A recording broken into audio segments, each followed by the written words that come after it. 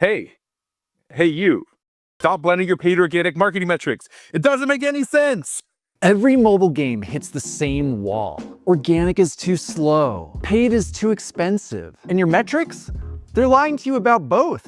We see it constantly at Upptic. Campaigns that look profitable, but they just can't scale. Let's have Xander Augusta break down the one rule every single paid channel must pass. The trap that makes bad marketing look profitable, and how the best teams merge paid and organic into one system. It's really important to understand the nuances of organic versus paid marketing. Looking at either one of these in a silo is going to create really warped outcomes for your marketing analytics. One thing that many marketing teams debate internally is, do they focus on paid channels or do they focus on organic channels like their app store? The product that you're marketing really defines which channels are going to work best for you and where you should focus.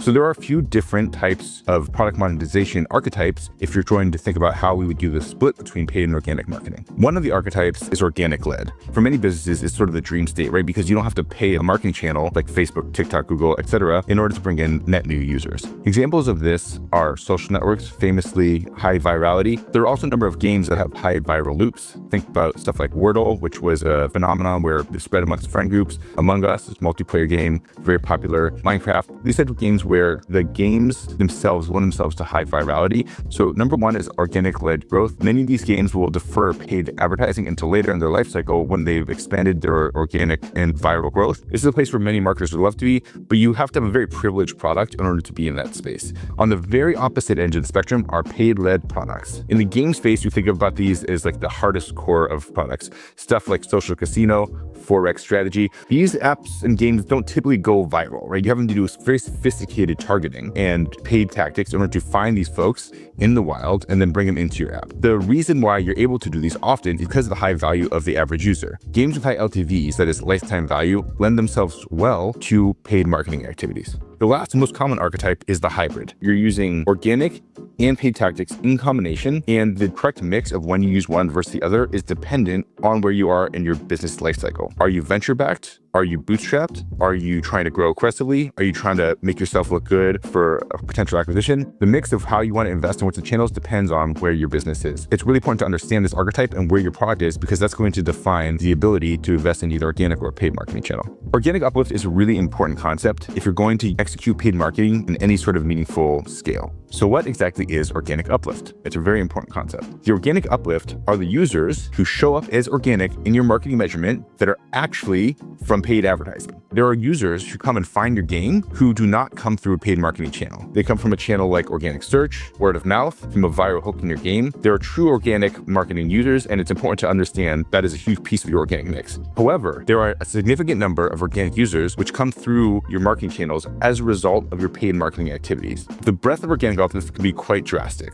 On the low end as a benchmark, we used 1 to 5, which is to say 1 in every 5 users that come through organic are actually a function of paid marketing activities. On the high end, it can be significantly more than this. Sometimes we see it as high as 1 to 1, that every paid user you buy brings in another organic user. This is a really important concept because if you were to focus simply on the paid marketing channel, you can often be under-attributing the revenue or installs that are coming from the channel.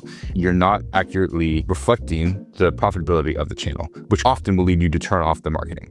And so understanding that the incremental organic users that we're driving is really important for effectively measuring paid performance in a paid and organic marketing mix. If you want to learn more about organic uplift and incrementality, we have a full video on that here. Watch it and let us know what you think. Now we'll talk about a few important considerations when thinking about paid versus organic marketing and user acquisition. Number 1, this is the single most important rule when thinking about paid versus organic marketing. This is really important. Every incremental marketing channel must be profitable by itself without accounting for organics that would have been there regardless. Why is this important? Let's take an arbitrary marketing channel. So let's say in any month, I'm spending $10,000 on Facebook. What that means is I need to be getting at least $10,000 back from the cohort of users I buy on Facebook in order for that to be a profitable marketing endeavor, 100% ROAS, return on ad spend. Now, why is it important to discuss this in the context of paid versus organic user acquisition? Often there will be organic users who are generated outside the purview of paid marketing activities. these users generate revenue. But it's important to understand that revenue would have been there regardless of whether or not you launched a paid marketing channel. Let's say you have $10,000 to spend on paid marketing and you put it into Facebook. You have to get at least $10,000 back out of Facebook for this to make sense as a marketing channel. If you're not getting $10,000 back, you're wasting your money. Now, in the month that you spend $10,000 on Facebook, you might be getting $5,000 from organic that is unrelated to Facebook. If you pay $10,000 into Facebook and get $8,000 back out of Facebook, getting $5,000 from organics, you're getting $13,000 as a business. This is deceptive, right? Because now you've put $10,000 into Facebook and you're getting $13,000 back, but the reality is you're getting a net of negative $2,000. So why is this bad? Well, think about it. If you're getting $5,000 from organic and you're putting $10,000 into Facebook and getting $8,000 back, now your net profit is $3,000 versus $5,000. So it's really important when you're marketing to understanding the performance of each marketing channel independently, and you're not confused by combining the marketing channels with your organic revenues. The important distinction is to understand which channels are driving that profit. What might be happening behind the scenes is you're putting $10,000 into Facebook, you're getting $10,000 back out. It's basically a wash. You're spending $10,000 on Google, you're getting $5,000 back out. It's a net negative, and you're putting $10,000 into TikTok, you're getting $12,000 back, and the rest is organic. So understanding the nuance of that mix and where you should put in money and where you shouldn't is a really, really critical component. This is why it's our golden rule. The channels must be independently and sustainably profitable on their own. Otherwise, you can be making poor budget allocation decisions and actually damaging your overall profitability instead of driving incremental revenue like you're supposed to be doing as a paid marketer. Okay, so we talked about why a paid channel must be profitable on its own. We talked about the dangers of blending all your paid channels and your organic channels together and looking at blended CAC figures. Now we want to talk about something called the Tailwind Trap, as coined by Ethan Lofton, our marketing lead here at Upptic. So what is the Tailwind Trap? If you're spending $100,000 on your marketing budget, and if over the lifetime of those users, they generate $150,000 back, that's a $50,000 profit. That's a great investment. You should do that all day, every day. However, to understand the Tailwind Trap, it's really important to understand there's sometimes a mismatch in expectations around timelines within different parts of the marketing organization and in the business generally. Often, executives and finance people look at their finances on a month-to-month basis, or on a week-to-week basis, or on a quarter-to-quarter basis, or on a year-to-year basis. However, the cohort, which is to say the user who installs your game or app, doesn't really care what day of the month it is. They have a lifetime value, which is tied to their user journey, right? And so if I install a game, I might play it for 3 weeks, I might play it for a year, I might spend money throughout the year. That, in aggregate, is its LTV curve. Conversely, marketing budgets are often dictated on a monthly or quarterly basis. This mismatch is where you get the Tailwind Trap. If I invest heavily in marketing for one quarter and the next quarter cut my marketing down by 80%, if you look at ROAS on a deliverable basis for the next quarter, it looks incredibly profitable. Now, why does it look profitable? You're getting the tailwind of all the users from the previous quarter as opposed to accurately measuring the users of your quarter on a per cohort basis. We'll talk about cohorts, LTV, ARPU, and how you should think about your marketing function. If you want to see that video, click here. The next important consideration for considering paid versus organic user acquisition is the cannibalization check. Are you paying for users that you would have gotten otherwise? One great example of this is if you're bidding on your own term on search. So if you have a game and your game's name is Clash of Clans, are you bidding for the term Clash of Clans in your search campaigns? If so, you're paying for a user who's most likely going to find you, install your game, and play your game anyway. This is really critical because channels like search often have very high ROAS, which is to say they look really good, but it's because you're paying for a user who would already have installed and paid money within your game regardless of whether or not you paid for it. It's really important to always, when you're running a marketing mix, understand which channels have high potential for cannibalization and tune your marketing accordingly.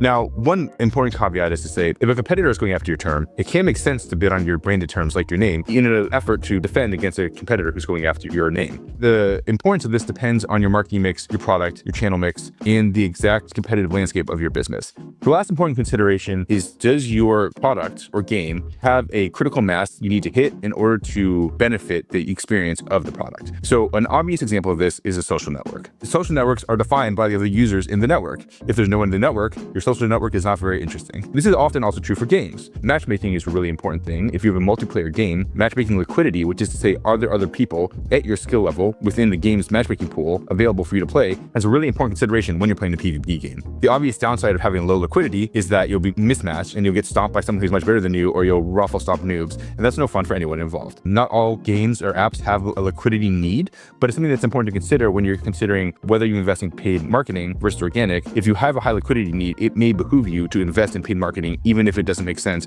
on the ROAS basis that we discussed previously. So we've talked about the important considerations for paid versus organic. Lastly, let's talk about how they can combine to really create an effective marketing machine. One of the most important advantages of high volume paid advertising is that it lets you really tune your App Store conversion. Why is this important? The App Store conversion is the key point along the funnel which constrains all the marketing activities above and below it. Whatever percentage your app store converts at, let's say it converts to 10%, every dollar you're spending is constrained by the 10% conversion. If you increase that conversion from 10 to 20%, the paid dollar you're spending now is twice as effective because you're getting twice as much conversions at the app store, game store, or landing page. This is a really important phenomenon. If you have a high volume app store or game store page, it's possible to run app store optimization ASO tests without paid advertising, but the paid traffic overall helps increase volume to the app store, which really helps improve the velocity of these testing, which can create a flywheel for the business overall. This is one of the beautiful synergies between paid and organic. When both sides of the team are working together, you can really create awesome, scaled, and outsized outcomes for the business. Let's do a quick recap. Number one, start with your product DNA.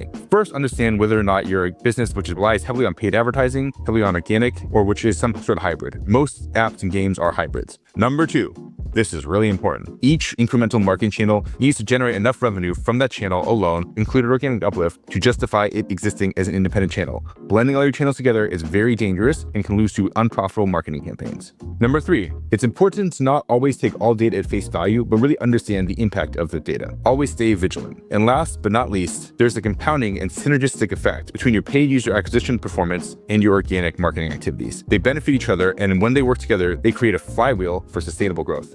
Thanks for joining us. If you learned something, like and subscribe. And if you're ever curious and want to talk to the team, visit us at Upptic.com. We always love to have conversations with great growth teams. Talk soon.